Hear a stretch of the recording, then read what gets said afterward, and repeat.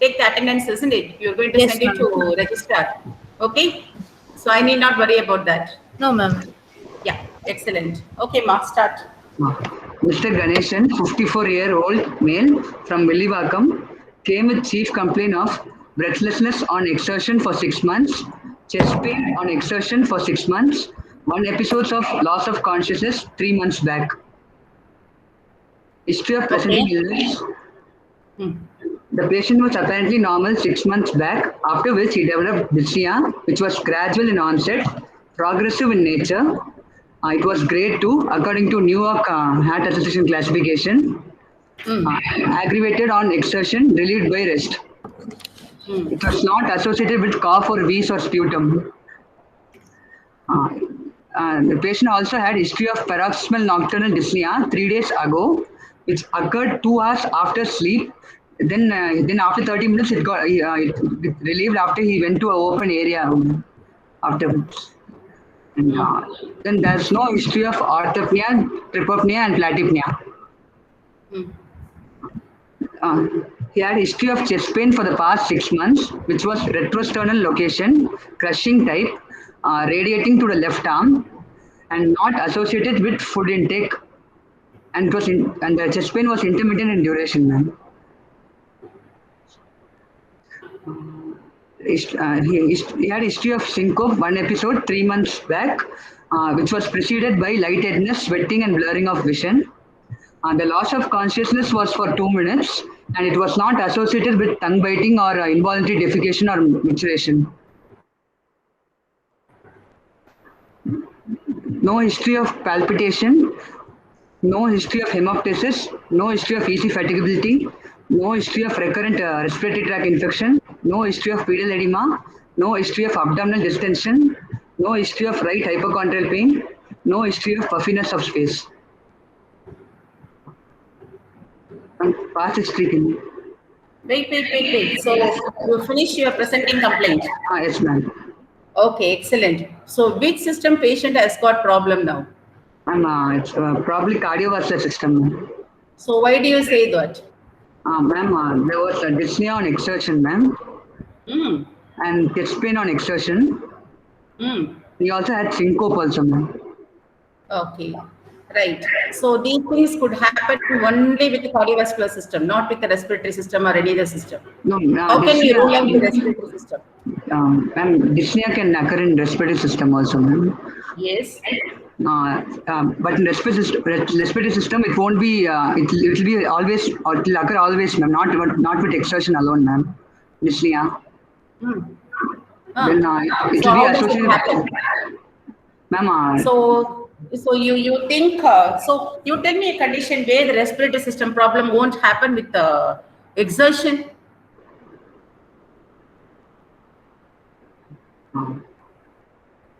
So what will happen? A patient with a bronchial asthma or the COPD. So with the exertion, they won't have the acceleration of the breathing problem?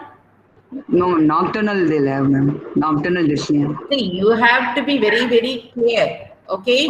See, okay. This is not simple thing. So patient has got, so this what, yesterday when somebody said, yesterday we discussed about aortic stenosis. So with the one class, we cannot master everything. Okay? So you should be, I always tell, you people should have the confidence when you see your kith and kin or somebody even in your clinic, you should be 100% confident. Why should we rule out whether it is a cardiovascular or whether it is a respiratory? What is the reason behind that? Management is different, ma'am, from both the things. What kind of management? Like for asthma, you can give bronchodilators like that, ma'am. Exactly. For cardiac, we have to do, for cardiac condition, we have to give the breathlessness and exertion. What exactly is happening with the cardiovascular system? What is that? Ma'am, it is due to increased venous return, the congestion, pulmonary edema, ma'am, because of.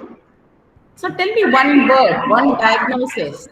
So you should write some diagnosis. No, what is the diagnosis you'll make for the breathlessness and exertion?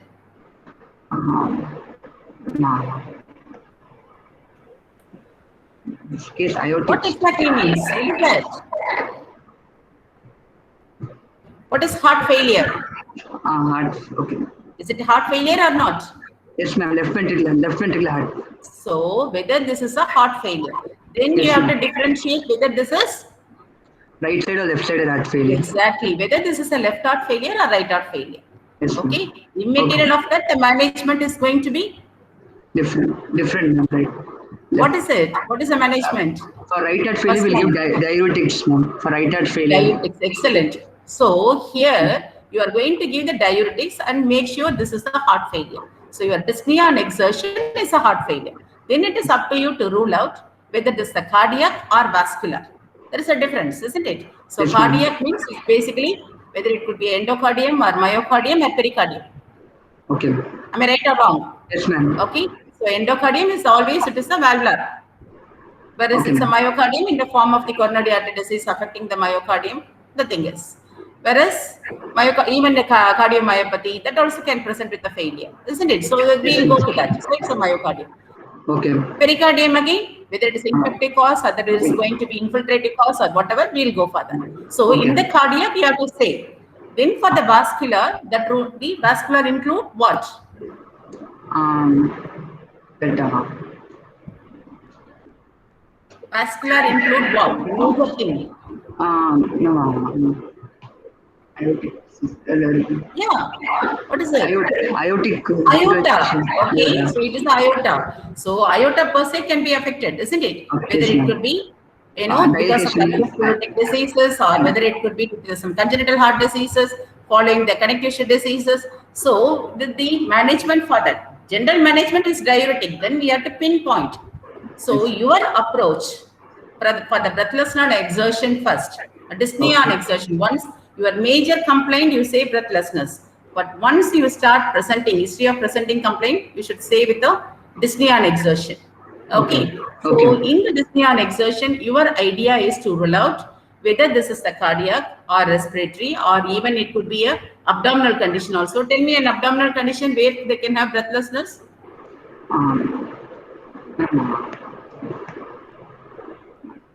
Massive ascites. Massive ascites or hepatopulmonary syndrome or hydrothorax, hepatohydrothorax. Okay, the ascites, the fluid is permeating into the pleural pleura, causing the pleural effusion, which is a hydrothorax, isn't it? So here they can develop the breathlessness. And then tell me some metabolic condition where they can have breathlessness. Thyroid, thyrotoxicosis.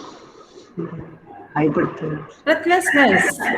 Thyrotoxicosis presents with arrhythmia and sometimes failure. Common things.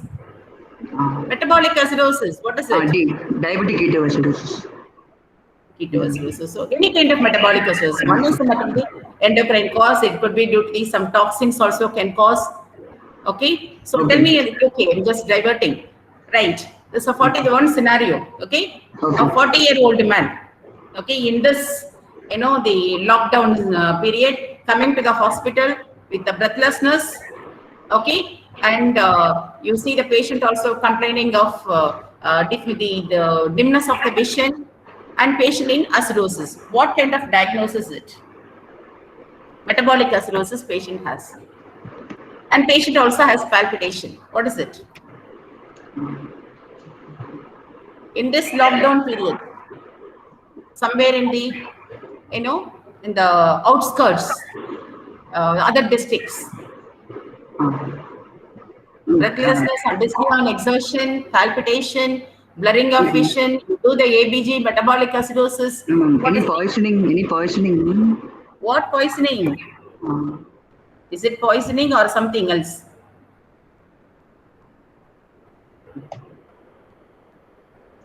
Illicit liquor. Okay, ma'am. Have you heard of it? Yes, ma'am. So is it not going on now? Kallacharayam. Yes, so what did it cause? Methanol poisoning. What is it? Methanol intake, what did it cause? Metabolic acidosis, ma'am. It causes. Isn't it? See, your idea should be wide. And whenever patient come to you, your idea should find out what is the imminent danger for the patient.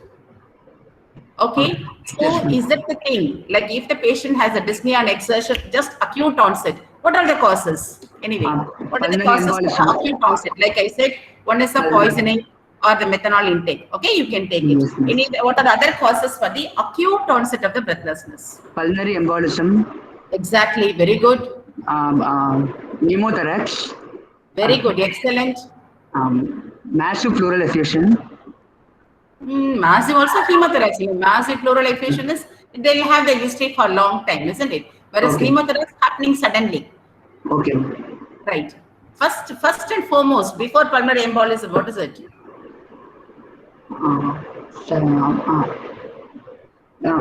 myocardial infarction, acute Exactly. MI. Okay. Myocardial infarction, pulmonary embolism, any infarct. Okay. By the matter, whether it is the coronary or it could be due to the pulmonary vessels.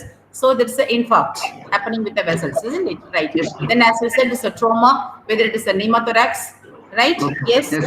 Then they might be the poisoning, like, okay. Right. Any other conditions? Organophosphate first. Yeah, it is the commonest thing where you act immediately. Otherwise, it's going to you're going to cost the lives. Whereas other things, okay, like your massive effusion also will give you some time.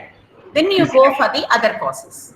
Okay. Am I right or wrong? Yes, And ma'am. for that, you should make sure 100% we are dealing with this patient where we should act immediately. And now this is the patient, you gave the history for the 6 months. For the Yes, ma'am. 6 months of the breathlessness, what made him to come to the hospital now? What made him to have the problem now? That should be your idea. You Okay. understand what I mean? Yes, ma'am. So that could be a problem. So he's been already, whether he's been treated outside, okay, whether he missed the medication, something like that you have to bring it. Okay. Or he ignored that, he just coming for the first time, that is a different thing. So our idea should be whether this is acute and chronic injury or this is happening for the first time. Okay. You get the point? So Yeah, what are yes, the ma'am. causes for the failure? So we already made a diagnosis, this is a dyspnea on exertion, assuming this is a cardiac problem. Okay, what made the patient to have the failure now? Ma'am, aortic stenosis, ma'am, severe. No. Forget about stenosis and all. Okay. I'm not talking about stenosis. What Okay. are the precipitating causes for the heart failure? Exertion, He's in heart exercise. failure. Am I right or wrong? Yes, ma'am. On Yes. What are the exercise, precipitating causes for the heart failure? stress and exercise. Stress. These are all physiological.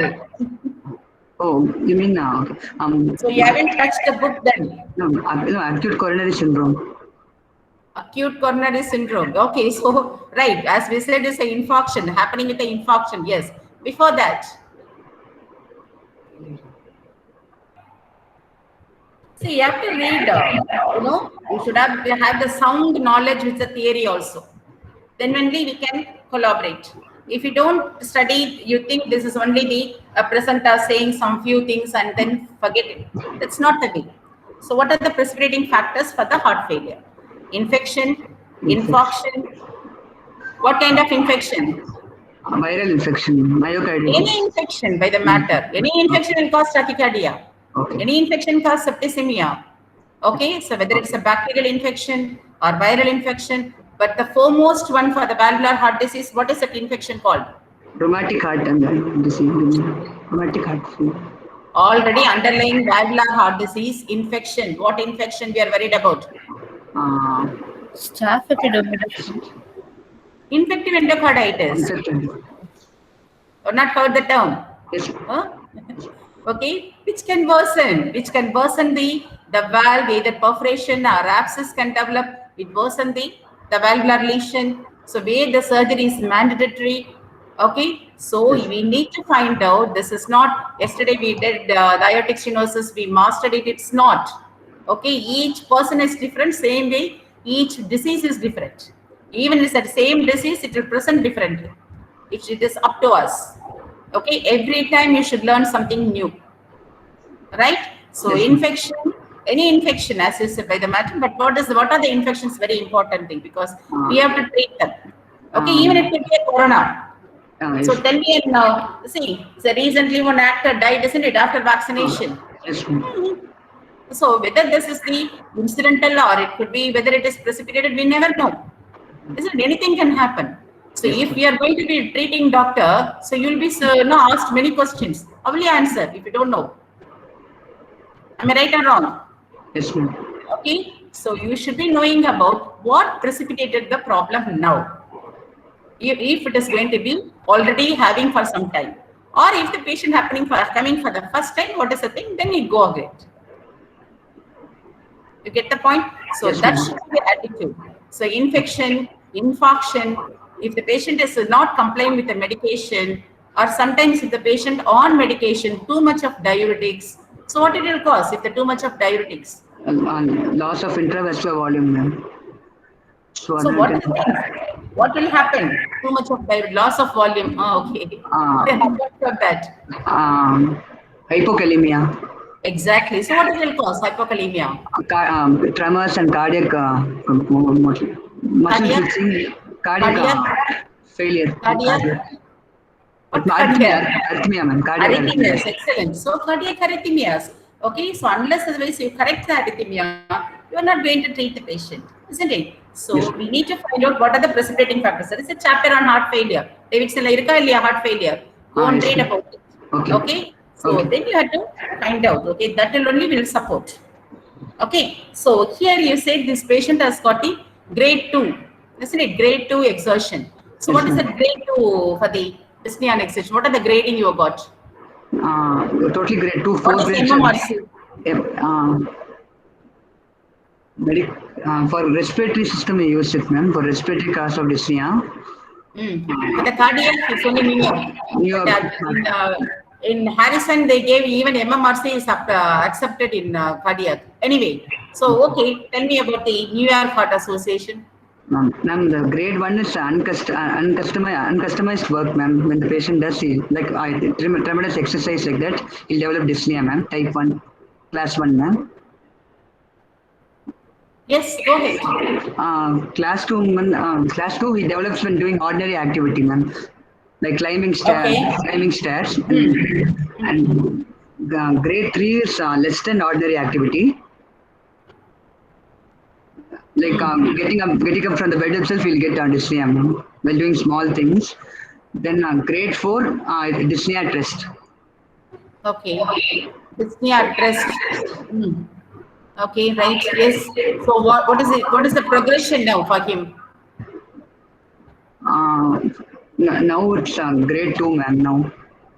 He's in grade 2. Grade 2, ma'am. Okay. He doesn't have orthopnea.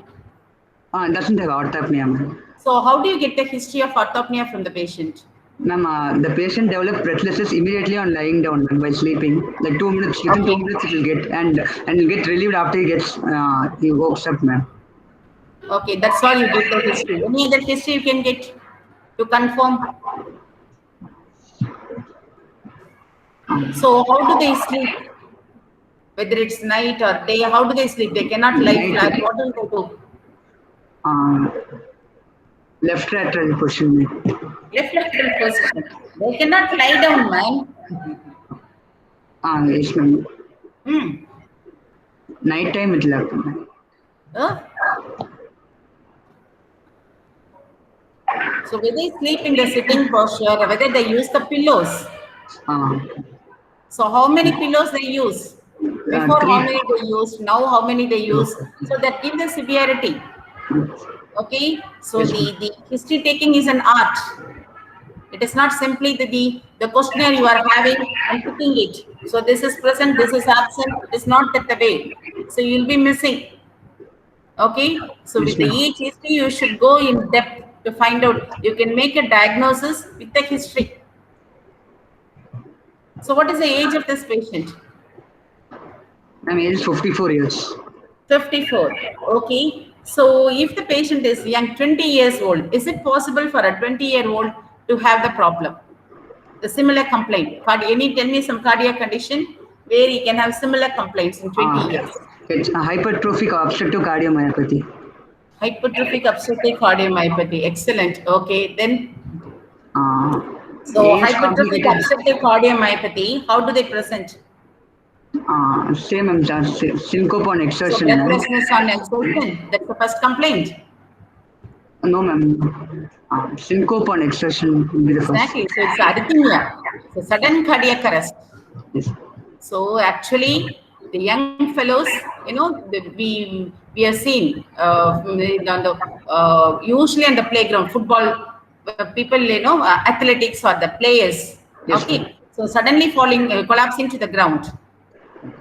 So it is that they won't be giving much time for them.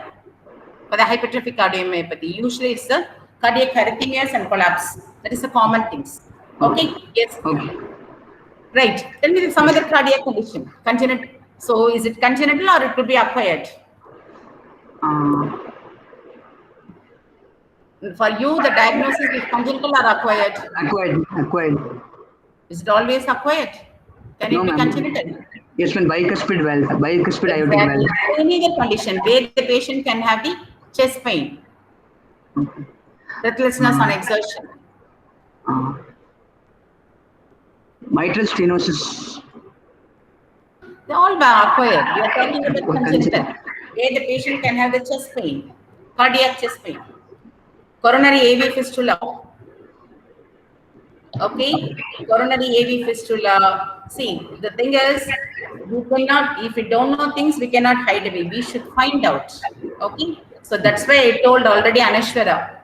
So this is not just about reading the breathless on exertion, telling this is grade 2 and there is history of PND, there is no history of orthopnea. This is not the thing. This is about analyzing the breathlessness, okay, to rule out all the other. First thing is whether it is the imminent danger, which system is affected, and more than common causes first. Common causes for the immediate thing, immediate attention, and then finding out the system.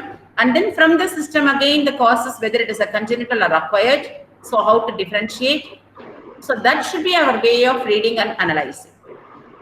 Okay, just saying this aortic stenosis, we have 3 symptoms, forget it. That is not the way. Okay, so if a person come to you, somebody come with a breathlessness, you have to analyze. And then, okay, so after reading out, spend some time with the history taking first. Okay, this is the thing. Again, so you people, I don't know when you are going to come to the ward and see the patient. So when you come back here, you should have the ability to pick up the findings. That is the way of the thing. It is not reading and forgetting. Okay, analyze and see all the videos for the examination also. That is very important. We are trying actually how to do the physical examination, show the physical examination to you. I don't know how is going to happen. Okay, so basically, study thoroughly, spend some time, right? Yes, anyway, back to the thing. So the congenital causes, coronary AV fistula and anomalous pulmonary venous connections. So basically these are the things. So where it can cause the cardiac problems. Anomalous pulmonary venous connection, how does it cause? So going to have the cyanosis, patient will have the, okay, breathlessness, all this. Okay, right. So what about the PN, paroxysmal nocturnal dyspnea? Can you explain on that first? Ma'am, it's actually the patient develops some breathlessness after 2 hours of sleep, ma'am. And after which he develops cough, dyspnea, and all, ma'am. So he wakes up. Then after like half an hour, the symptoms subsides, ma'am. So what is the mechanism? It's due to decreased partial pressure of the oxygen and decreased sympathetic tone, ma'am. During the sleep tone. During the sleep time. So it can happen to anybody, no? So even if a patient sleeps in the high altitude, yes, am I right or wrong? Yes, ma'am. Even the high altitude, same thing can happen. So why how do you know this is from the cardiac? Because the left ventricle is not able to cope up with the load of the venous return, ma'am, during night. So since he has left ventricular failure, so there'll be. But during sleep, okay, during sleep, why the left ventricle cannot cope up with the thing? No, ma'am. No, he has left ventricular failure, ma'am. So it's not going to happen with the right heart failure. So you again don't restrict yourself only with the left heart failure. Yes.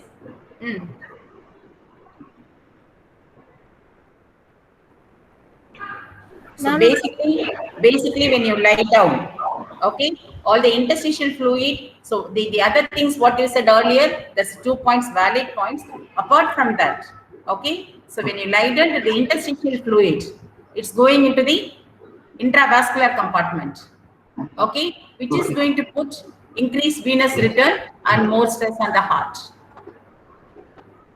Okay, so one thing is on lying down, all these things, diaphragm is pushed up or the decreased the sympathetic tone, all this is okay. So how will you know this is only cardiac, this is not respiratory? Even no early hours, bronchial asthma. Okay, so we have seen patients, two things only. In the midnight, patient gets up with the breathlessness, it could be cardiac or respiratory. How do you differentiate? What is the typical characteristic of PNV? Once they develop breathlessness, what do they do? For air hunger, ma'am, they'll go towards an open area, ma'am. They go to the open the door, go to the field, No, out of the windows. house. They are breathless, man. They cannot go out of their They'll house. open the window. They'll open the window. Open the window. Yes. So the windows, that house doesn't have window. What will they do? So they get up. They'll sit down. Okay. They'll They sit down. get up. They sit on the edge of the bed or whatever. If they stand, the load on the left atrium is going to be less. Yes. Okay. If they have the window, then they can open up. Okay. Okay. And then it might end up with bringing out what kind of sputum. They can have frothy sputum. frothy sputum. Frothy They can sputum. have. Okay. So basically it is reducing the pooling of the blood, reducing the load, right? So the maneuvers they use, they have to find out. Okay. So how will you differentiate this from the respiratory? So bronchial asthma, the COPD exacerbation, how do you differentiate? The asthma patient will have wheeze, ma'am. In addition Okay. to. So even cardiac. Okay. So the fluid is in the pulmonary edema. The fluid is going to be outside. It's an interstitial compartment. So that can encircle around the small alveoli. It can also cause wheeze. So there is a condition called cardiac wheeze. Yes, ma'am. Okay. So Yes, ma'am. point agreed. But it's possible the wheeze can happen with the pulmonary edema also. Okay. Right? Yes. Yes. Then Ma'am, maybe checking the pulses alterance will be there, ma'am. Left ventricular so failure. this is for the examination. So before you go for examination, we are not in the examination, isn't it? So we are in the history. Yes. Cough with expectoration will be there in respiratory problem. So in the bronchial asthma, do you have the expectoration? Oh, no. See, if you talk about any chest infection or pneumonia, you can say about expectoration, or bronchitis is different. In bronchial asthma, it's going to be very difficult, isn't it? It is just a hypersensitivity thing, reaction. Yes. So previous history. Okay. Any previous history of asthma or whether previous history of cardiac. Okay, you have to get the history. Okay. But sometimes, most of the time, it will be difficult, but you can, still you can. Okay. Isn't it? And as you say, the second thing is the methods, as we said, how the breathlessness is relieved, getting up and standing, bringing out the sputum, which is pink colored. It's all going to say this is a cardiac. Okay. Whereas in the respiratory, they cannot. Isn't it? They are going to be hair hunger. They cannot take the deep breath. They cannot exhale the breath. There is going to be obstructive airway disease, or whether the patient will have the bronchospasm. So any of the maneuver is not going to relieve the problem, isn't it? Unless they will get the bronchodilators. Okay. Right? Am I right or wrong? Yes, You ma'am. can find out whether the patient usually have the inhaler or whether they have the NEP. We can get the history.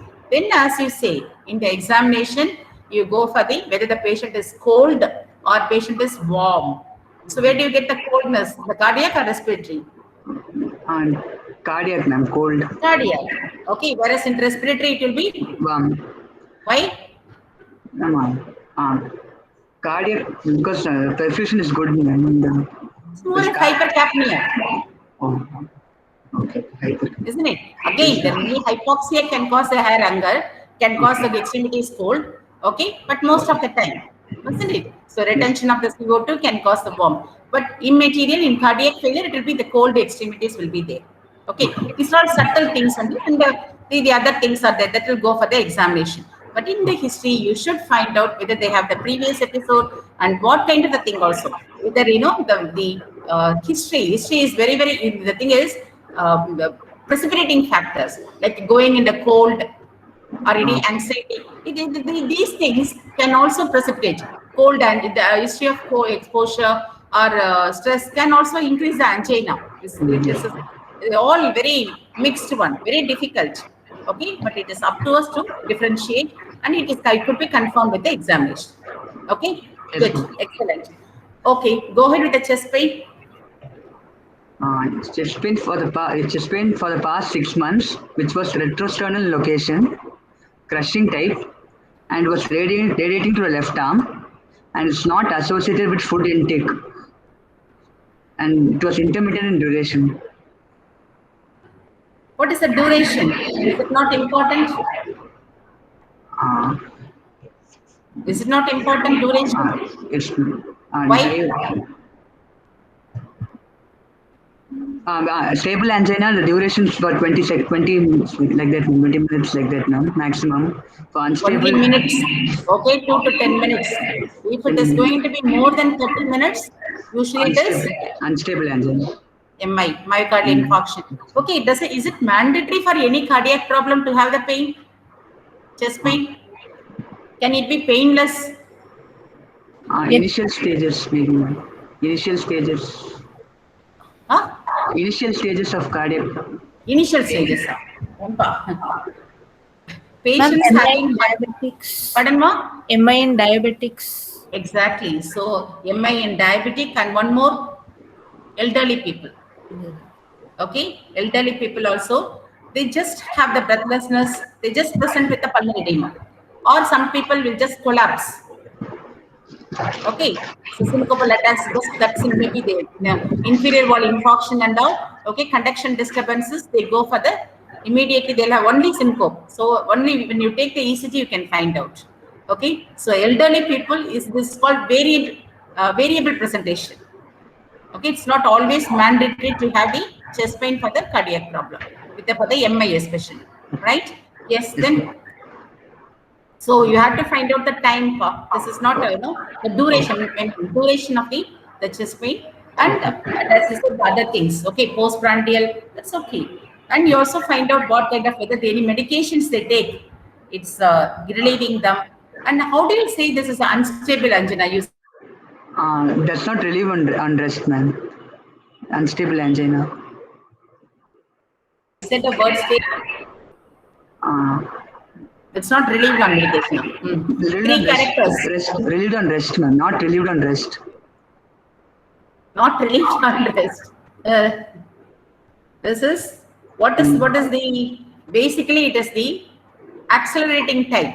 The pain actually, it comes once a week or so. Now this is going to happen every day, like, or if it is going to happen every day, now it is going to be the patient is having 3 times a day, something like a pattern which is accelerating. And second thing is, the patient is having the rest angina. Okay, and sudden onset.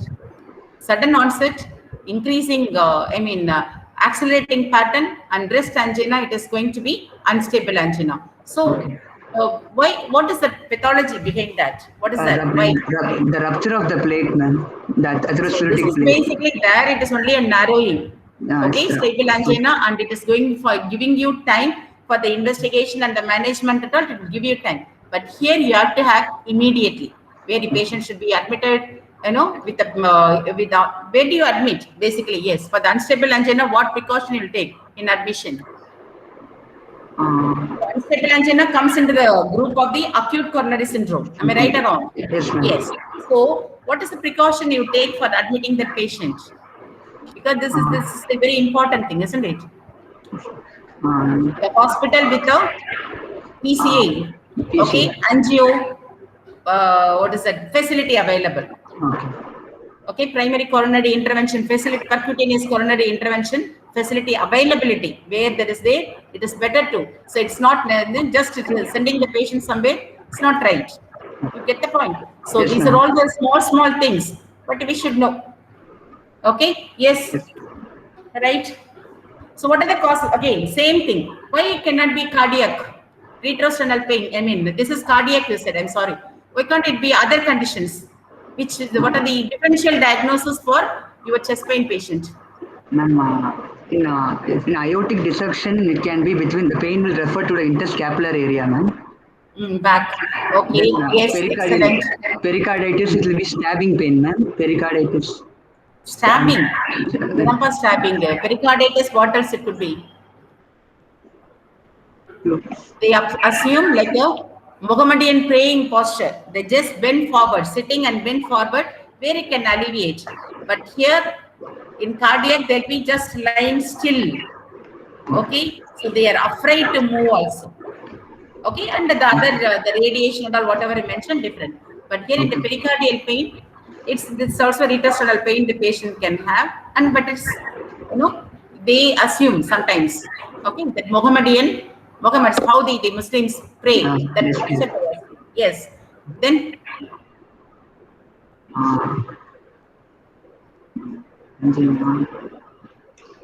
why can't it be pleurisy? Pleural. Left-sided. Can it be? Yes. Ma'am. So what is the difference? Pleural pain. When you stop when patient stops breathing, the pain decreases, ma'am. In pleural. But in cardiac also pain, a catching pain. Here also even this pain also. Only thing is during inspiration the pain increases in pleural pain. It stops the inspiration. They cannot take the deep breath. Okay, and you always it is the side of inflammation. Okay, right. So tell me the emergency condition where they can have the pleuritic chest pain, as you said earlier. Massive pleural effusion. See, pleural effusion, how can they have chest pain? Can they have chest pain in pleural effusion? They cannot, only the rubbing of the pleura, they have the pain. Once they develop pleural effusion, no. So pulmonary embolism and pneumothorax, okay? So pulmonary embolism where the patient can have the pain. Okay, the pleuritic pain is very common, right? Okay. So whether it is the the treatment for the pulmonary embolism as well as the MI going to be almost the same, isn't it? It's an emergency. Yeah, good, very good. Yes, mediastinitis, inflammation of the mediastinum. Yes. Okay. The rupture of the esophagus into the mediastinum also can cause pain. Esophageal spasm can cause. The esophageal spasm and compression and all going to be giving you time. This is not the less. These are all less urgent. Whereas the immediate urgent things you should know. Imminent problems you should know. Okay. Life-threatening things, yes. And less life-threatening cause for the chest pain. Apart from what we mentioned, cardiac, vascular, and then about the pulmonary causes. Dyspepsia, actually with gastric. GERD, ma'am. Gastric esophageal reflux disease. GERD na badam. This esophageal, GERD, all gastrointestinal, okay. Any other conditions? What is Bonham's disease? Have you heard of it? What does Coxsackie infection does? Myocarditis it causes. Cardiac less problem less no cardiac, no respiratory, no GA. Other causes of chest pain. Costochondritis. Have you heard of costochondritis? Yes, ma'am. Yes. Then what else? Any other dermatological problem which can cause pain? Herpes zoster. Exactly. So you should look for that. These are all less severe causes. But again, okay, not thinking all the pains are this. So having ruled out the emergency problems, then you have to look for at least for once you should look for the entire, do the entire examination for the patient. Okay, good. Yes. So you think we're breathlessness on exertion with the PND and the chest pain, you think this is the patient is having the problem? Yes. Okay, cardiac problem. You said the syncope, isn't it? Right. Yes, sir. So Ma'am? Syncope. What is the description for the syncope? Ma'am, it's transient loss of consciousness due to cardiac failure, ma'am.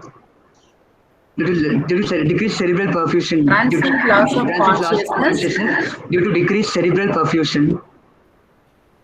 Okay. Due to cardiac Cardiac cause. Not always. You have to differentiate whether it is a cardiac or whether it is due to the neurological or whether it is due to the other causes, isn't it? So syncope is syncope. So you have to differentiate, isn't it? Whether it is a neurological. So what neurological condition can cause loss of consciousness? Seizure. Seizures. Okay. So you have to, so already you said that there is no history of tongue bite, no frothing in the mouth.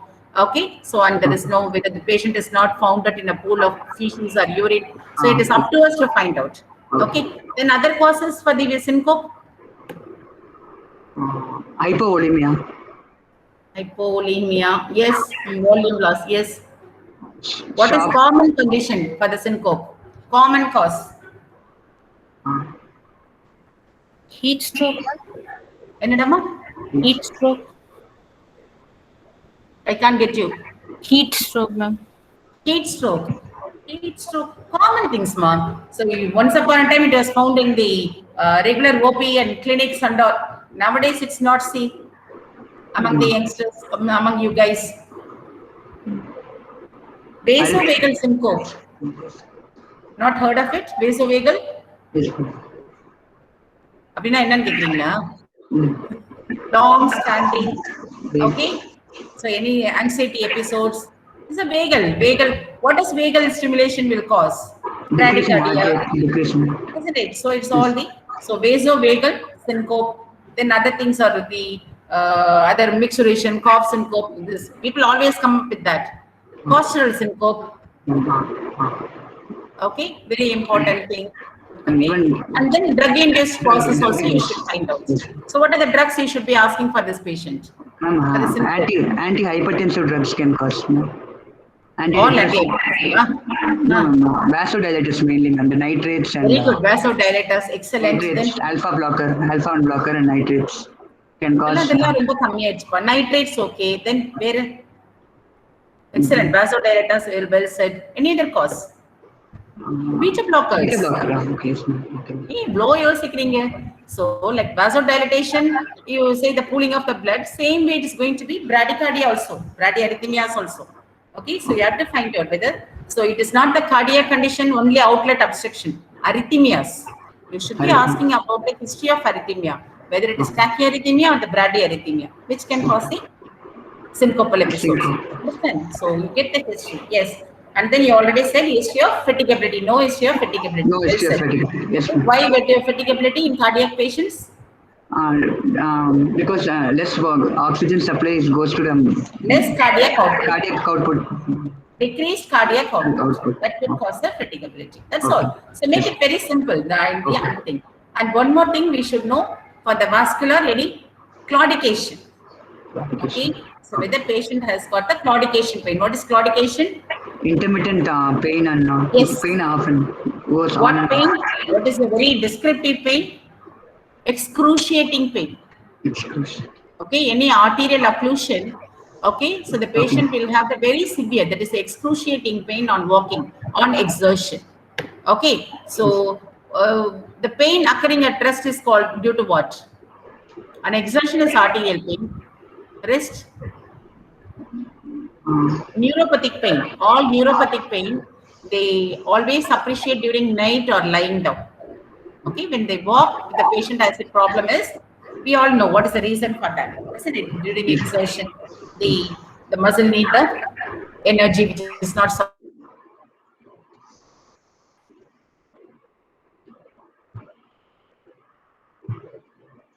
supplied. Carotid sinus. Have you heard of it? Yes, ma'am. So where do you give the treatment for carotid sinus massage?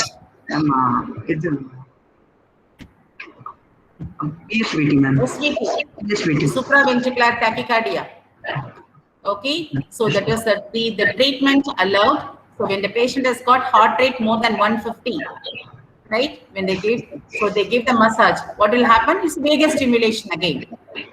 Okay, it is not occlusion, it is a vagal stimulation. That's why when you feel for the carotid, don't do it for both the sides. Simultaneous examination of carotid not allowed because of this carotid sinus hypersensitivity or the Vesi syncope. Understand? So these are so you have to differentiate. You should know the causes and then collectively you should come to the what kind of system is affected. Okay, good. So now we know the important thing is the patient has got the chest pain for the chest pain and the breathlessness on exertion for 6 months. Okay, and again the chest pain you cannot be simply saying chest pain. So angina. So exertional angina should be the word. Get the point? Yes, Chest ma'am. pain again in this respiratory, when you say it could be pleuritic chest pain. Be very specific. And here it is going to be exertional angina and exertional breathlessness, and patient has got syncope. So all these three things going to tell you the patient has got is a decreased cardiac output problem, isn't it? So whether there is an outlet obstruction is there. So whether this is the patient as having, you have to find out whether it's a condition having decreased cardiac output problem. What are all the causes you have to find out. And then for the increased cardiac output, if it is the other symptoms, syncope is unlikely for the volume overload. Here this is going to be a pressure overload with a decreased cardiac output. Am I right? So there are conditions with the volume overload. Okay, so where may not be, the patient may not have the output will be normal at the expense of the dilatation of the ventricle. That's what's going to happen. So again, with I think the discussion is going okay or not? Yes, ma'am. Okay. So now you need to find out with this patient having left heart failure or right heart failure? Left heart failure, ma'am. Left heart failure. Why not right heart failure? Because there's no signs of Symptoms. Still we are in symptom. no pedal edema, bilateral pedal edema. No swelling of the legs. No pedal edema. No hypochondriac pain. Okay. No ascites. Okay. No distension of the abdomen. So these are the things. It's not there. Right heart failure. So patient having left heart failure, whether this is going to be okay. So we need to find out whether the patient has got a myocardial problem, pericardial problem, or endocardial problem. Okay. Still, it could be a myocardial problem. Am I right or wrong? It should be still. Okay. So in myocardial problem, as I say, it's a myocardial, whether it is the patient having the previous MI, okay, impaired myocardial contractility. That's the thing. Impaired myocardial contractility. Whether patient had previous MI or patient had having the cardiomyopathy, okay, restrictive cardiomyopathy, where the patient can have a decreased cardiac output. Okay, so that is different. We are not digging into that. You have to do, and just for the teaching purpose, I'm telling you. But here, when you go for the endocardial problem, valvular heart disease, let's be very practical about it. Whether it's the aortic or mitral. Okay, so common thing is these three symptoms go towards the aortic. Even in mitral, for the 6 months, it could be usually any stenosing lesions will have the long duration problem. Please understand that. Longer duration of history means the patient has got stenosis. Okay, any acute conditions always will have the regurgitation problem. Okay, so let's go for only whether it could be mitral stenosis, this patient. But pulmonary hypertension features were not there, ma'am. That is the thing. But how do you know there is no pulmonary hypertension? Hemoptysis, recurrent infections. Recurrent? Respiratory tract infection. See, recurrent respiratory tract infection not the feature of pulmonary hypertension. It's only pulmonary congestion. Okay. Once the patient develops pulmonary artery hypertension, okay, that could be seen only with the right ventricular pressure overload and the right atrial pressure overload. You see the signs. Okay, it is not classic. So there is only the patient having pulmonary congestion, they present with a recurrent respiratory tract infection, not with the pulmonary hypertension alone. Okay, so basically anything is pulmonary hypertension, usually they will have the right heart failure features associated, usually. But sometimes they may not be present only with the mild mitral stenosis. Okay, it's not acute. Mild mitral stenosis, or patient having sometimes any thrombus inside the thrombus, okay, or sometimes only the myxomas, left atrial myxomas, okay. So, but again, there will be a typical feature to the left atrial myxoma. What is it? What is platypnea?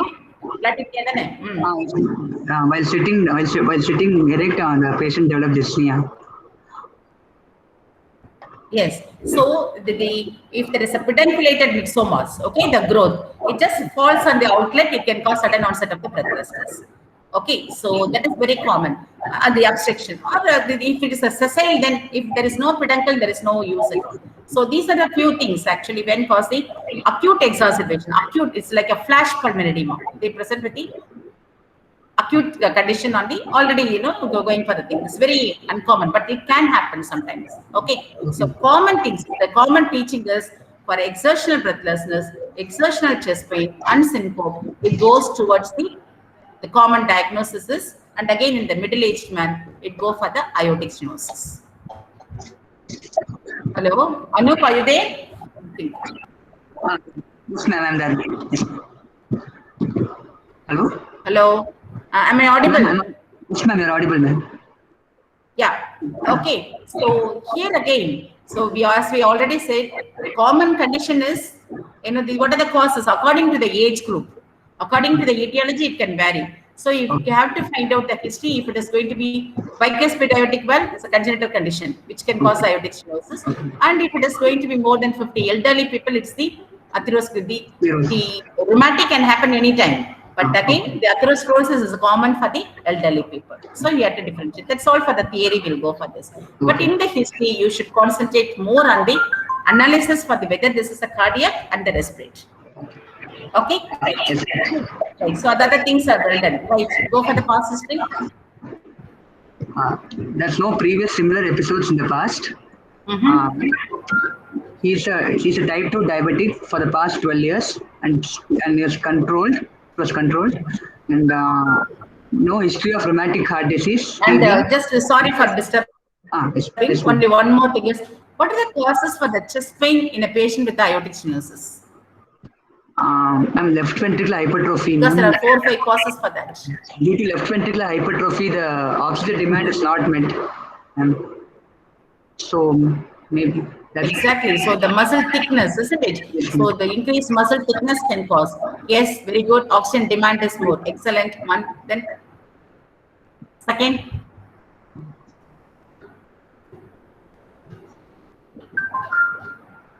Second is because of the muscle thickness, isn't it? The muscle hypertrophy, which can encircle the epicardial coronary arteries. The coronary vessels are in the epicardium, isn't it? That could be obstructed, right? So the coronary perfusion will be less. Okay. One thing is increased demand by the pressure hypertrophy. And the second thing is encircling or occlusion of the epicardial coronary arteries. Third thing is the patient can be associated with the atherosclerosis. We already said they can be associated coronary artery disease also. You get the point? Yes, so these are the 3 things I told you. Two more things you find out for me. Okay. Okay. Good. Yes, okay. Well done. Right. Yes. Go ahead with the past history. There's no history of rheumatic heart disease, TB, asthma, epilepsy, surgery, and see, I presume for the rheumatic heart disease, you should read about the rheumatic fever, the Jones criteria, modified Jones criteria. Again, for the infective endocarditis, you read about the Duke's criteria. Okay, so these should not be again and again told. Okay, so please read that clearly, and as well as read about the heart failure. So you have to have the sound theory knowledge also. Please read that. Okay. Yes. No history of ischemic heart disease, no history of previous surgery, no history of blood transfusion, no history of previous hospital admission, and no history of chronic fever. No history of chronic? For to rule out endocarditis, fever. In the past. Okay. It's not necessary, but again you have to ask the history of any history of fever with the joint pain. Okay, something like that. And again, very good. So you said about the no history of infective endocarditis. What else for the infective endocarditis? What other history you will ask? That findings. So IV drug abuse. IV drug abuse. Seriya? And any chronic infection in the form of any osteomyelitis, or foci, it will be there. Okay, so some chronic infection can add to the infective endocarditis. I have seen cases like that. Okay, so it's not simply infective endocarditis. Basically, some source of infection will become a bacteremia and septicemia affecting the valves can have the problem. And what about the other connective tissue diseases? Yes. What else for this is aorta, isn't it? Right. So tell me some other infections which can cause the aortic involvement. Syphilis, ma'am. Syphilis. Very good, syphilis. So now we don't see more cases, but you should not forget that. Okay, excellent. So sexually transmitted diseases, remember that. Then, what else can cause? Mycotic aneurysm by salmonella. Enema? Mycotic aneurysm. That is okay. These are all mycotic aneurysm and all part of the infective endocarditis. Forget about that. We have gone over that. So what are the other diseases? Other diseases which have connection with the cardiovascular system in the past history or present complaint? Marfan syndrome. Huh? Marfan syndrome. Okay, but Marfan syndrome and all only on examination you find out, doesn't it? History, still in the history. Sometimes in the Marfan we have the history of pneumothorax, maybe there. Okay, so we are not the thing, but here. So the autoimmune diseases, SLE, rheumatoid arthritis, okay, ankylosing spondylitis. Okay, if somebody asks you what is the connection between the back pain and cardiac, okay, not only the aorta, this because of the ankylosing spondylitis. Lumbosaccharitis, okay, sacroiliitis the patient can have, isn't it? So we have to ask, we have to see the patient completely, okay? Same way in the, what are the ways in the SLE, systemic lupus erythematosus, cardiovascular system is affected? Liebman-Sack endocarditis. Okay, excellent. Then in the endocardium, always as you say, endocardium, myocardium, pericardium, and then vascular. Yes. Any other endocardial involvement with the SLE? It can cause mitral stenosis. Okay, not only Liebman-Sack endocarditis, mitral stenosis. Then, what else? See, again, SLE can be associated with the prothrombotic state. Okay, so patient can have the coronary artery disease.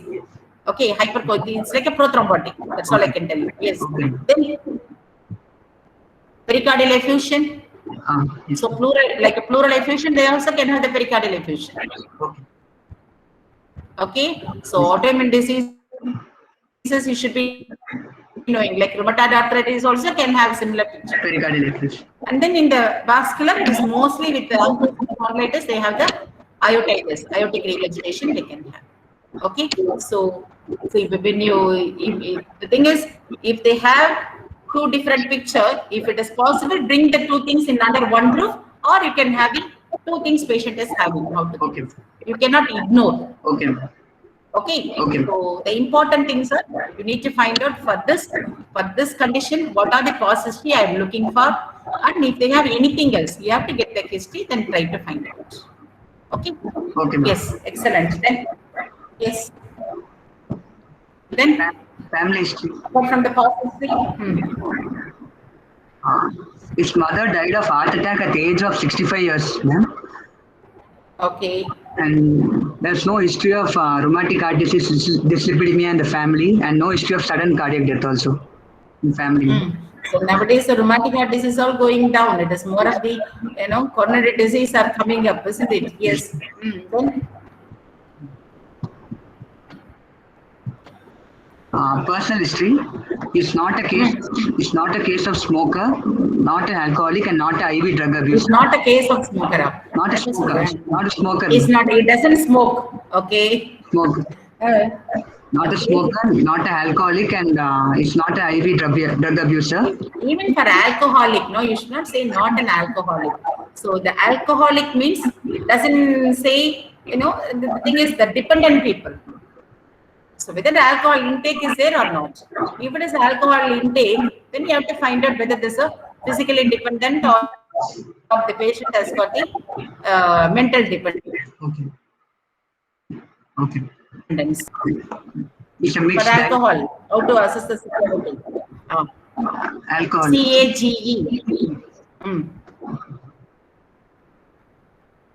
See what?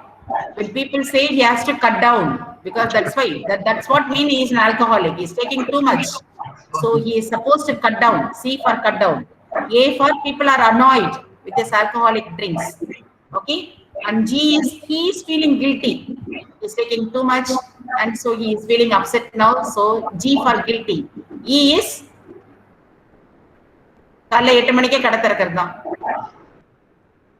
eye opener. Okay, he goes and stand in the queue in the morning itself. Okay. Okay, he's opening. No, I'm not in the queue. We might have the drink at home also. You can open. So start drinking in the morning. So it's an eye opener. Okay. So cage. So that's fixing to say this is a patient alcoholic. So it doesn't mean socially drinking once in a month or something. It's not like that. Same way, there is a called audit scoring. AUDIT. Audit scoring is there. That also give a criteria for when to say alcoholic. Okay. Simply don't use the word alcoholic. Okay. So whether he takes alcohol, socially taking, and again thing is, if possible, find out how many units alcohol he takes. That will give you an idea. Okay. By the way, how the alcohol affects the heart. Dilated cardiomyopathy. Excellent. Then, so dilated cardiomyopathy and all will take time, maybe 2 years, 3 years, 10 years. You can So worsen it is a the risk factor for the coronary artery disease. Understand? Something like even the immediate. Always when you say like a blood transfusion, what is the immediate problem? Then it is a chronic problem. What you are talking is chronic. I want immediate. Arrhythmias. Will be arrhythmias, no? Arrhythmias, no? Arrhythmia, excellent. What is it called, Anishwara? Holiday heart syndrome. Holiday heart. Okay, it's called holiday heart syndrome. That means during usually weekend, right? So they have a binge. Binging of alcohol can cause arrhythmias. Commonly, it is atrial fibrillation. Okay, supraventricular tachycardia. Commonly, it is atrial fibrillation. Okay, there usually says that's why in treating atrial fibrillation, whether it is the provoked or it non-provoked. So if it is going to be something, provoked like with alcohol, we can stop the alcohol. The patient can get better. Otherwise, you have to look for the other causes. So we should know, right? Yes, very good, excellent. Then family history, drug history. No history of drug allergy, ma'am. And treatment history, he was on metformin 500 milligram BD. Okay, just one question. Okay, one question. This patient, one scenario. This is the some 50-year-old man. Okay, found. He is having for the couple of weeks increased blood pressure. So he is recently diagnosed with hypertension. Okay, he is seen by his doctor, prescribed some prescription. Okay, the next day, yesterday he started taking medication. Right? Today he is brought with the episode of the syncopal episode. What could be the cause?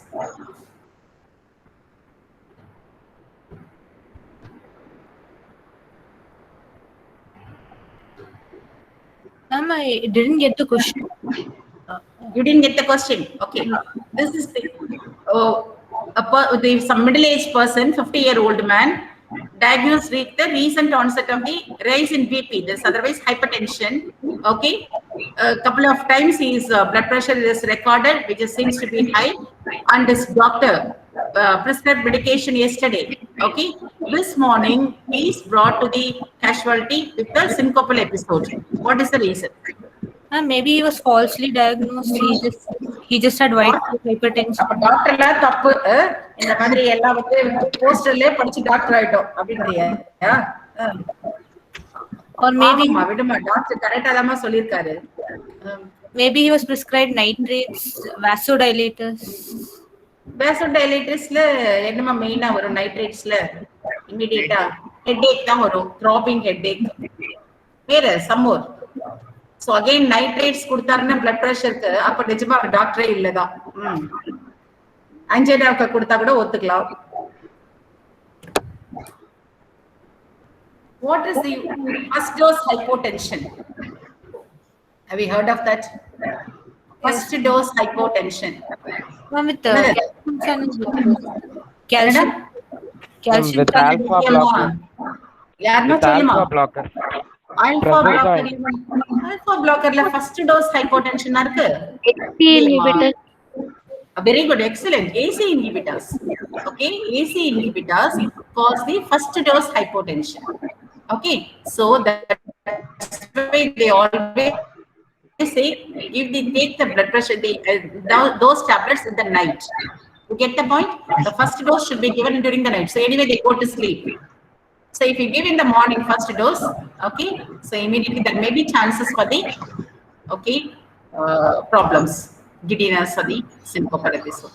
So history taking, never say there is no allergy, nothing. So you have to get the history, proper history. Okay, so we'll end the session with one more question. Tell me some causes for the bradycardia. Ma'am, Cushing's reflection, increase intracranial tension. எவ்வளோ இந்த லாஸ்டா போட வேண்டிய தூக்கி முதல்ல ஏன் ஊர்ல நிறைய ஹெட் சொல்லியா ஹைப்போதெர்மியா படன் ஹைப்போதெர்மியாவா சரி இது தமிழ்நாட்டுல இருந்துட்டு ஹைப்போதெர்மியா பேசிட்டு இருக்க பாடி காமன் திங்ஸ் சொல்லுப்பா physiological causes, pathological causes. During sleep it will be bradycardia, ma'am, and in athletes trained very athletes. Good, excellent. Okay, right. Endocrine disorder like myxedema, bradycardia. Very good. So myxedema. So அந்த மாதிரி வாங்கப்பா hypothyroidism. Okay, very good. Right. Yes. Then sinus bradycardia itself. Okay. So sinus in that nature, sinus bradycardia. That's a common thing. And second thing, you go for the myxedema. Very good. Third. Ma'am, some infections like typhoid also can cause. Okay, that again you put late. Okay, so usually that is called relative bradycardia.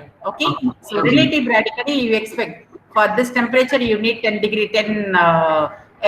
increase, 10 beats increase. It is not happening. So it's relative bradycardia. You put that as a fifth thing. Third and fourth. So all these common things are common. Then only you can go for the other uncommon things. Even dengue fever we have seen the bradycardia. Okay, so right, yes. Drug-induced causes, mom. That's why I always tell. Okay, beta blockers. Okay, and the patient given the digitalis. Digitalis glycos is very common, isn't it? For all heart diseases, you prescribe digoxin. So we don't know what is it causing, isn't it? So digoxin, beta blockers. Then you go for the, as you say, it's a Cushing reflex, increased intracranial tension. Okay, where they can have. And one more thing is, as you say, bradycardia. So obstructive jaundice. I don't know the reason behind that. There always there's a teaching going on. Okay, obstructive. So common things common.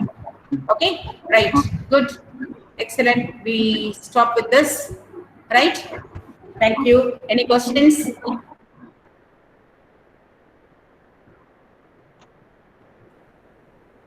Ma'am, Anup, Nashwara. Yeah, I had one chest pain and aortic stenosis. Nashwara. For chest pain and aortic stenosis, ma'am, decreased cardiac output one reason, ma'am, because this coronary. Good. Yes, excellent. Then